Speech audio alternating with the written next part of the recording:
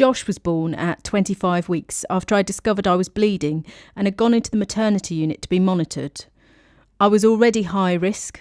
My blood pressure was high and I had protein in my urine. My placenta was being scanned and it looked like Josh had stopped growing inside me. I didn't know why. I thought I'd done something wrong. Maybe I should have stopped work earlier. I remember asking, what have I done to him? My partner and I were both there. At the delivery, I was numb with fright. It was so overwhelming. From that point, nothing seemed real anymore. I was no longer pregnant, but my baby was not with me. I cried. I needed to be there with him. All I had was a photograph.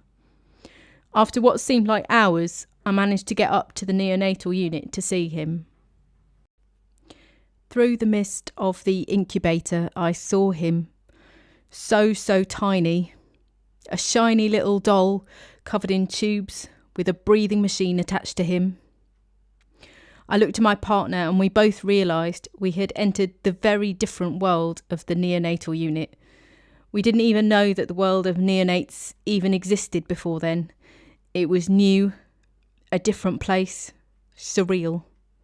It was almost like a strange dream. We could hear beeps, bleeps, alarms. I will never forget those noises. All the time they were there, and the dimmed light. It was like being in a dark, underground subway sometimes, with little light or chance to look out to the outside world. And it was hot too, stifling. However, above all of that, was the love we felt for this tiny little thing. We touched him, held his hand through those walls. So this was our new reality for the next 4 months. We got used to the environment, incubators, machines, the busy days, babies in and out all the time, the comings and goings of life on the neonatal unit. We lived between us on the unit at any one time. We couldn't leave him alone. He had so many procedures, drips, IVs, chest drains, breathing and feeding tubes, and more. He had to know in the future that we were there with him through all of that. He is our baby and we are a family. We wanted to get to know him, but there were so many barriers. It was so important for us to live this life together and be part of his care. Slowly, we were shown how to hold him, soothe him, clean him, change his nappy, wet his lips. This was so scary at first. I thought, I can't do it. I'm going to break him, hurt him, or infect him in some way. These fears and worries have only just gone away after 18 months. So time passed. He went through the different rooms.